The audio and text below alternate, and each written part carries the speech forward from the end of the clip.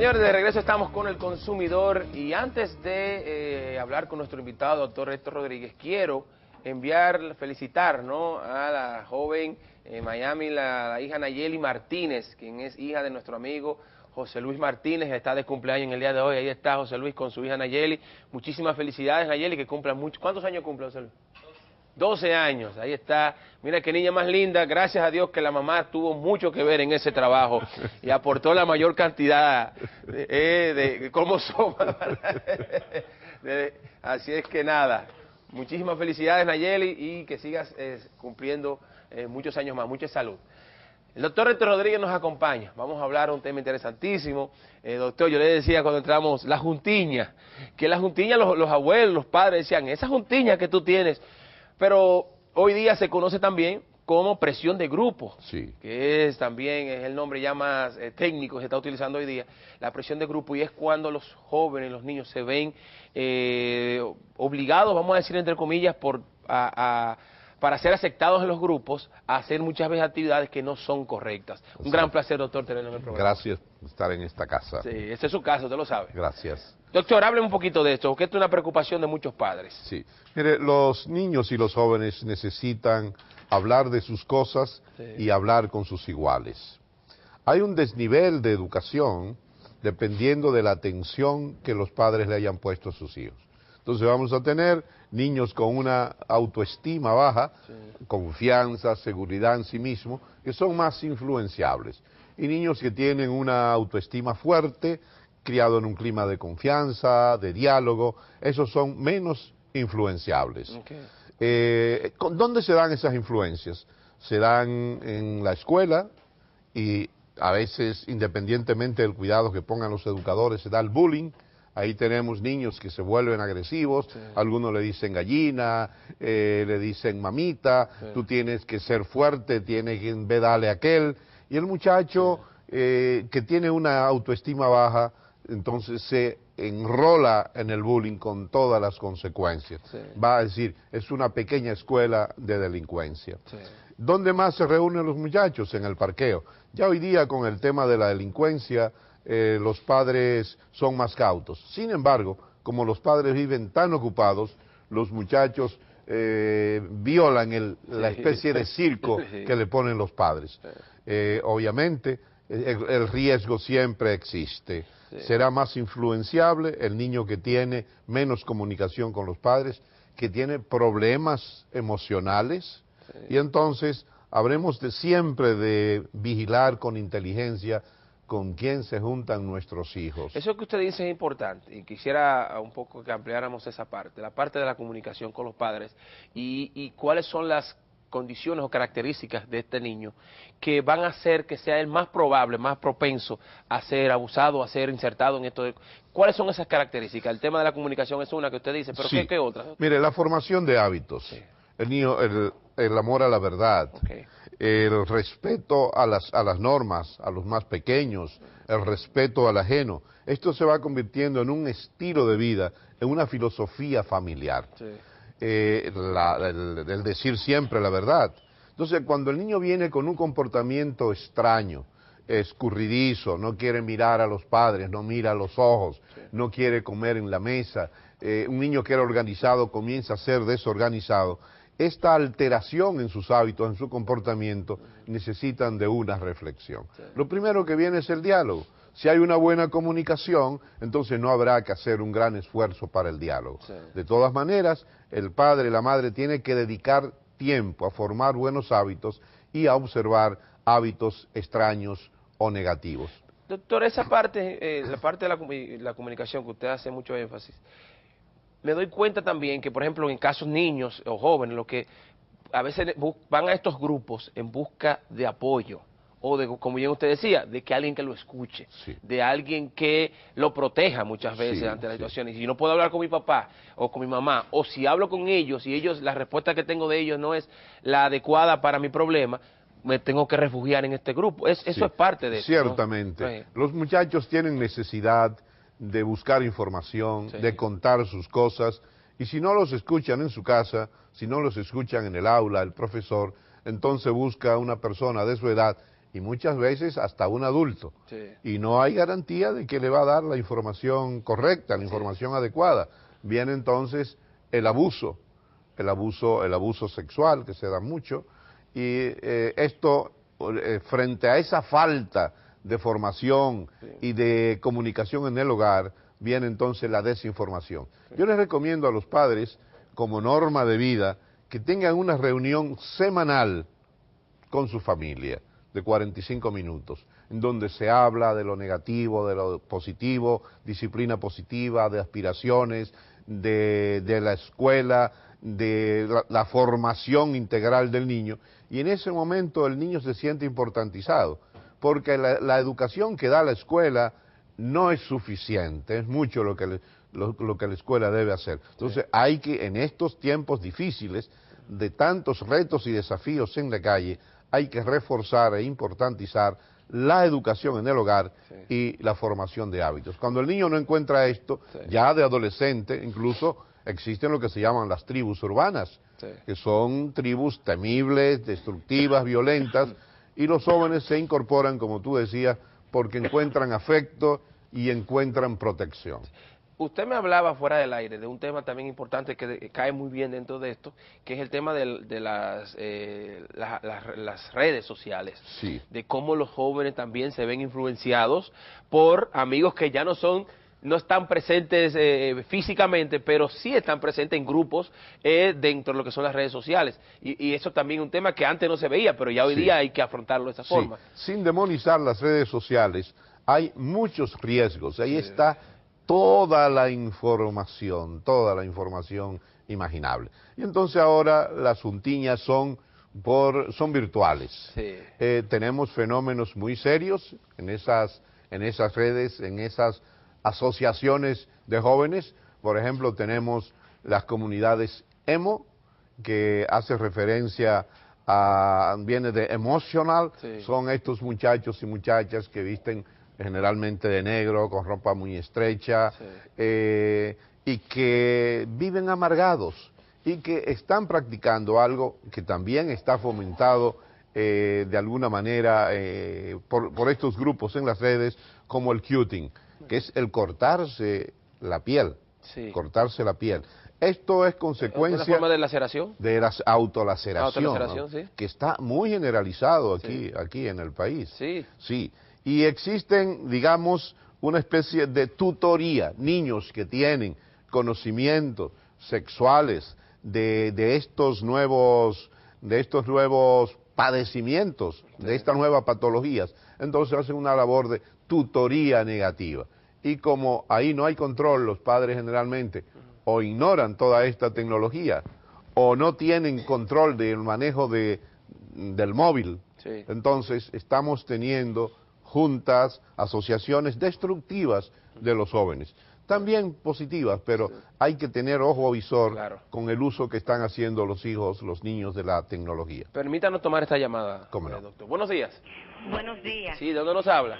De Villamella. Adelante, bienvenida. Gracias. Yo tengo una niña que tiene 10 años, pero ¿qué pasa? Ella desarrolló, pero ella me justifica todo. En el colegio está un poco baja de su nota, pero ella justifica todo, que la maestra me dijo, que el niño me hizo, es muy justificadora. ¿Qué hago al respecto? La escucho por la televisión. Muchas gracias por su llamada. Sí. Las quejas que lleva un niño de la escuela deben ser escuchadas por los padres e instruir a los hijos para que ellos resuelvan sus problemas. Generalmente los atacan, los critican.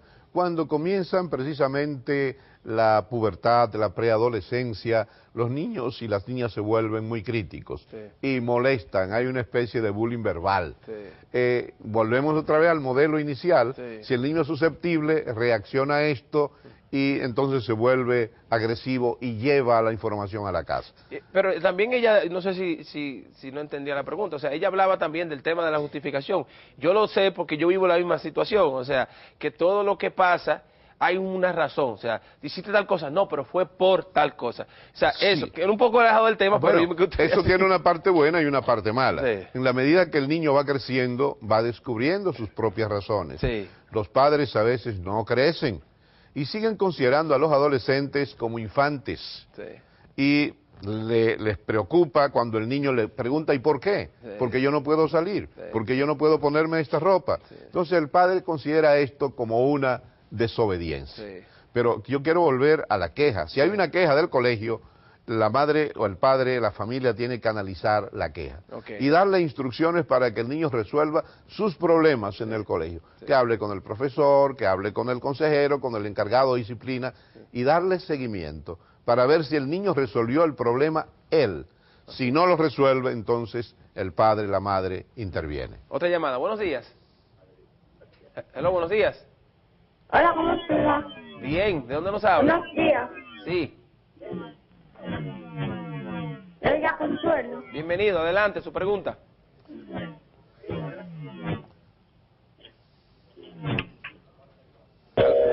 Se cayó la llamada, ahí está. Doctor, esa parte que usted hablaba de resolver sus problemas. Muchas veces los padres queremos resolver los problemas de los hijos. Desde pequeñito, el niño le queremos hacer dar todo, si poner la ropa, ponérsela a uno. Y entonces, ¿qué consecuencia puede traer el hecho de que ese niño no se cree con esa independencia, con esta autosuficiencia? ¿Qué puede pasar con este niño en el futuro, en adolescente, cuando se convierte en adolescente? Como dicen en el Cibao, se convierte en un inútil.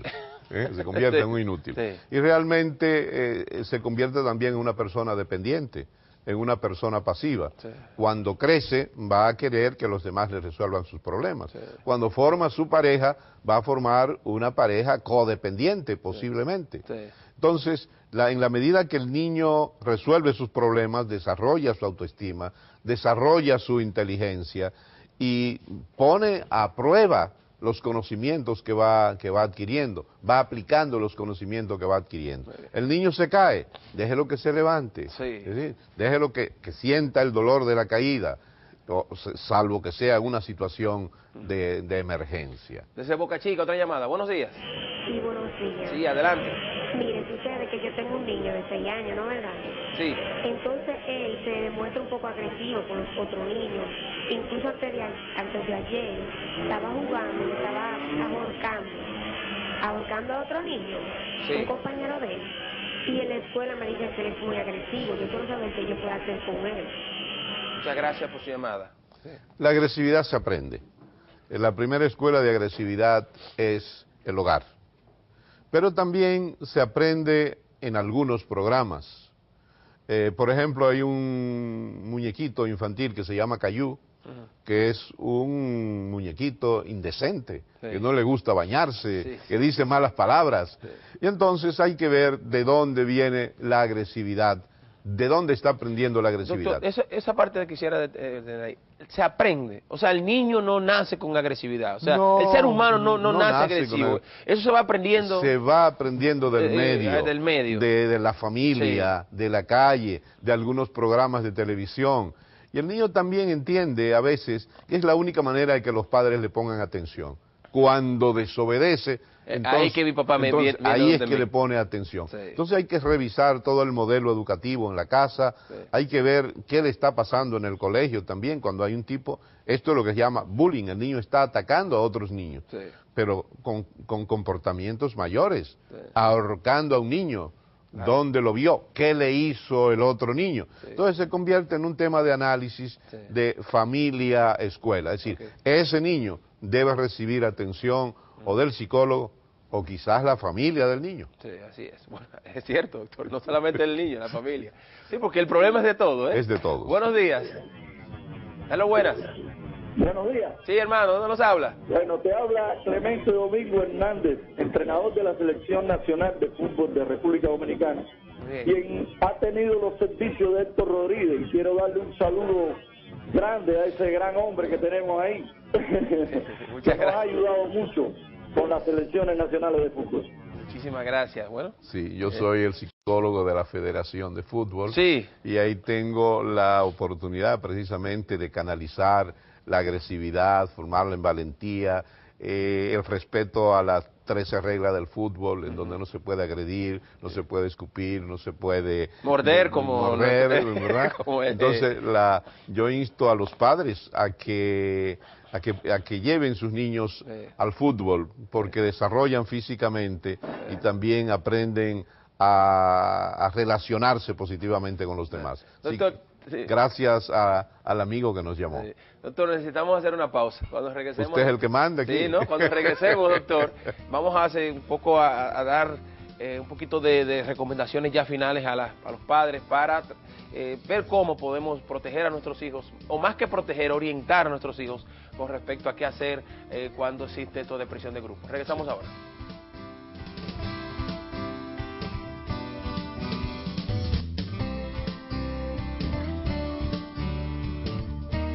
Señores, seguimos hablando con el doctor Héctor Rodríguez sobre este tema tan interesante de cómo nosotros podemos orientar a nuestros hijos para que esto de la presión de grupo no los afecte y que ellos puedan discernir entre lo bueno y lo malo y tomar decisiones correctas con respecto a esto, o decisiones que sean propias.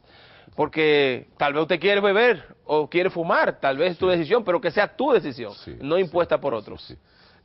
Obviamente hay que ir formando una idea del bien y del mal.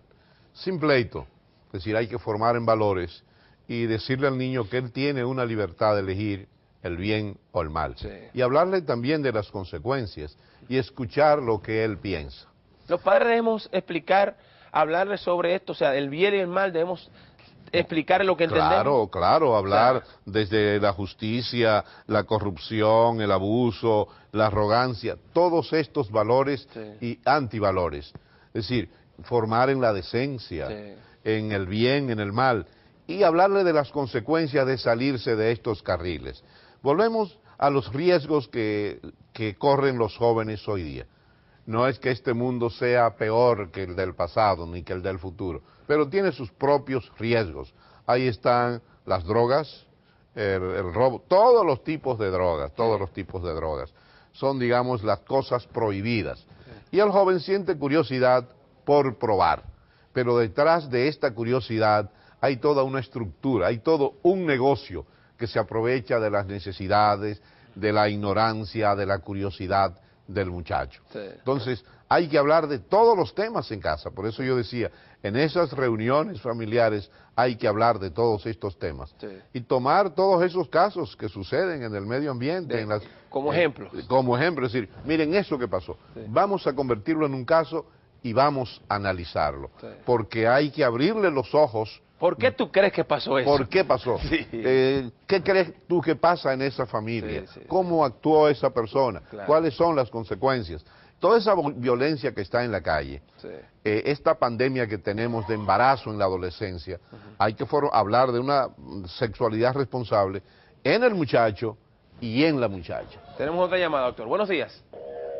Se cayó. Y eso que usted habla del tema de la sexualidad, es también parte de esto, la presión de grupo. Muchas de estas niñas y niños, ¿no? Porque también los niños pasa que los niños no salen embarazados, donde más se notan las niñas, pero los niños son iniciados también por presión de grupo. Y tienen las mismas consecuencias psicológicas. Las mismas consecuencias psicológicas. Entonces, muchas veces por presión de grupo, mira, pero fulanita, las amiguitas, o hay un grupito, pero vamos a estar con estos niños, o sea, y ahí empiezan, ¿no? Con este tipo de cosas, y hay parte también importante de este problema. Hay un problema también transcultural. En otras culturas, y hoy día tenemos cientos de canales, hay otros comportamientos sociales en la familia.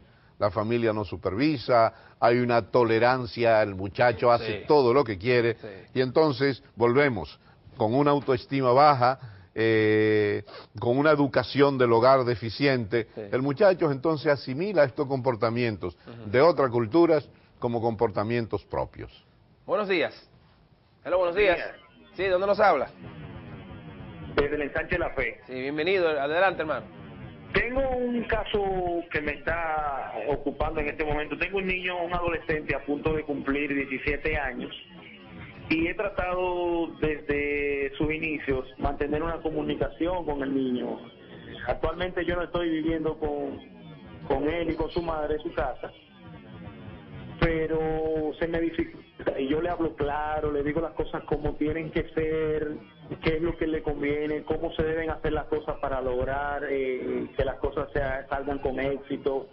Y no logro tener su atención. Él más se enfoca en las personas que yo le digo con las que no debe de interactuar, por las razones, le digo las razones por las cuales no debe interactuar, porque no tienen aspiración, no le veo futuro a esos jóvenes.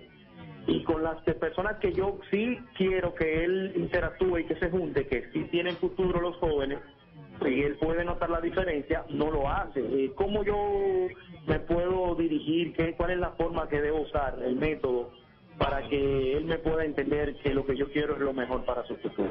Muy bien, excelente llamada y ojalá que podamos ayudar. Lo primero que él tiene que hacer es trabajar con su hijo. Si los otros no tienen aspiraciones, pero mi hijo sí tiene aspiraciones. Los otros no ven claro su futuro, pero mi hijo sí tiene el futuro, sí tiene futuro. Aunque él no lo ha planteado, el tema de la comunicación con los adolescentes no comienza cuando son adolescentes. Hay que comenzar desde temprana edad. Eso pensé también, sí, ¿no? Desde temprana edad.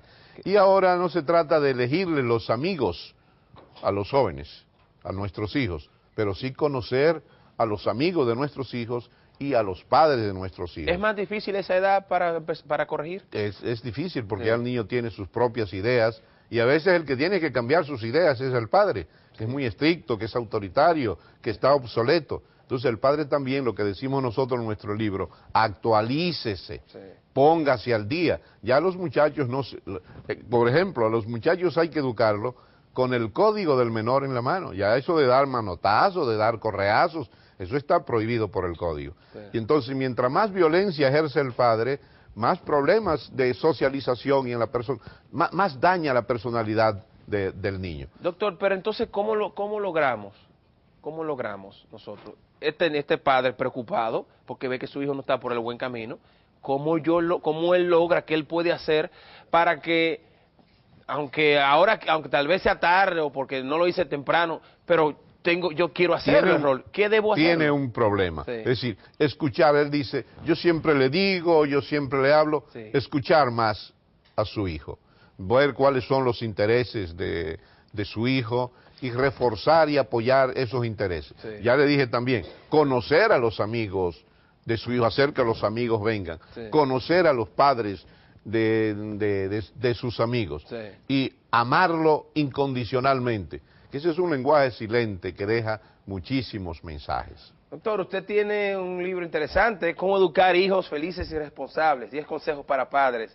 Ahí está, que explica un poquito de este libro. Este es el único manual en la República Dominicana, sí. Y me decía un amigo, y hasta en el mundo, para educar a los niños para que sean felices y sean responsables. Sí. Ser padre es una tarea compleja.